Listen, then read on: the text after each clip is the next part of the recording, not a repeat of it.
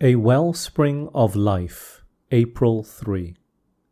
But whosoever drinketh of the water that I shall give him shall never thirst. But the water that I shall give him shall be in him a well of water, springing up into everlasting life. John 4:14.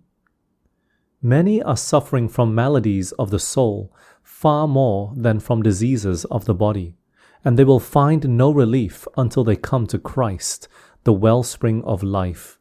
Christ is the mighty healer of the sin-sick soul. If we let go of Jesus, we have nothing to hold on to. Perpetual grace in ever-flowing streams is blessing those who will, if athirst, come unto him and drink.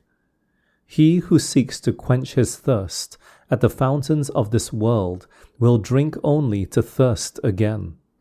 Everywhere men are unsatisfied. They long for something to supply the need of the soul. Only one can meet that want. The need of the world, the desire of all nations, is Christ.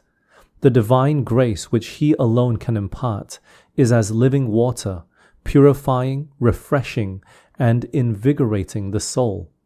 He who tastes of the love of Christ will continually long for more, but he seeks for nothing else. The riches, honors, and pleasures of the world do not attract him. The constant cry of his heart is, "More of thee," and he who reveals to the soul its necessity is waiting to satisfy its hunger and thirst. Every human resource and dependence will fail. The cisterns will be emptied, the pools become dry, but our Redeemer is an inexhaustible fountain. We may drink and drink again, and ever find a fresh supply.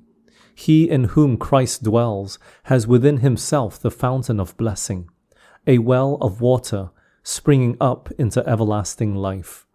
From this source he may draw strength and grace sufficient for all his needs. He who drinks of the living water becomes a fountain of life. The receiver becomes a giver. The grace of Christ in the soul is like a spring in the desert, welling up to refresh all, and making those who are ready to perish eager to drink of the water of life.